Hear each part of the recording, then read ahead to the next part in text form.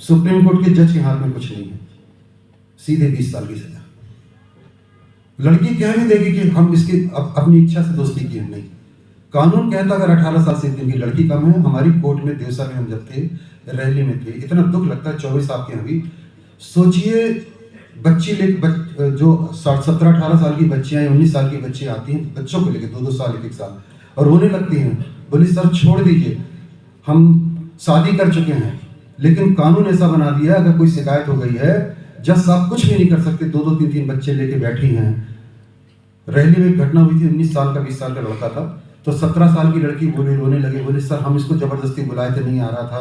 तो हमने कहा कानून में है ही नहीं है, अब हम क्या कर सकते हैं, कानून तो मैंने बनाया नहीं है। कानून बनाते हैं विधायिका। विधायिका मतलब जो विधायक और सांसद होते हैं, राज्य में कानून ये बनाते हैं, मतलब विधायक लोग, और केंद्र में सांसद लोग, ठीक है। तो कानून को बनाते हैं, कलेक्टर लोग पालन करते हैं, हम लोग देखरेख करते हैं। तो अब कानून तो हमने बनाया नहीं है, इसलिए हमारा निवेदन है आप लोग से, अभी तक जब तक कानून में प्रवृत्ता नहीं है, किसी भी स्थिति में 18 साल से अगर 1 दिन की बच्ची कम है, आपने दोस्ती करी और फिर इसके बाद किसी जज के हाथ में कुछ नहीं है, कोई वकील के हाथ में कुछ नहीं है, आपको सजा होगी। अगर आपके संबंध बने तो 20 साल का, उसमें कुछ नहीं है, मतलब कुछ कर ही नहीं सकते आप। और 20 साल कोई मजाक नहीं होता है, पूरी लाइफ खत्म हो जाती है। मतलब हम बता रहे, कहना नहीं चाहते कि बच्चे, कभी कभी देखा कि लड़कों की गलती नहीं है, बच्चियों ने जबरदस्ती किया कि धमकाया कि मर जाएंगे, और फिर माता पिता ने शिकायत कर दी, और शिकायत के बाद डीएनए होता है, तो डीएनए में सब आ जाता है, खत्म। तो हम लोग इतने ज़्यादा दुखी हो जाते हैं सब जज लोग। अभी हाई कोर्ट जज कई लोग लिखेंगे भाई कुछ इसमें प्रावधान बनाइए।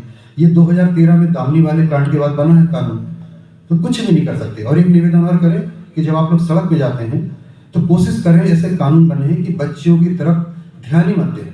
अगर उन्होंने कह दिया कि मुझे घूर रहा है या मेरा पीछा कर रहा है, 3-3 साल 5-5 साल की सजा। देखिए जिंदगी, मैंने क्या बताया था, अगर आपको 1 दिन की भी सजा हो गई, आपको कोई नौकरी नहीं मिलेगी, सरकारी तो मिलेगी नहीं। अब प्राइवेट कंपनी भी जांच कराती है। जैसे हमारे यहाँ मैडम एडवोकेट हैं, आप एडवोकेट हैं, ठीक है, लेकिन जो एडवोकेट नहीं है, वॉलंटियर हैं, हम लोग रखते हैं 500-500 रुपये 1 दिन के हिसाब से, उनकी भी पुलिस वेरिफिकेशन जांच कराते हैं, उनको भी नहीं रखेंगे। अब बताइए, तो आपको कहीं कुछ नहीं मिलने वाला। इसलिए हमारा निवेदन है हाथ जोड़कर कि आप लोग ऐसा कोई काम ना करें कि कोई अपराध हो जाए, और अगर हो भी गया धोखे से, तो सीधे जज साहब, विधिक सहायता अधिकारी अभय मिश्रा जी बैठे हैं, मंसूर जी बैठे हैं, आरती मिश्रा बैठी हैं, इनको बता दें। तो हम कोशिश करेंगे कि जैसे कोई केस बन गया है तो हम उस केस को राजीनामा के आधार पर खत्म करा दें।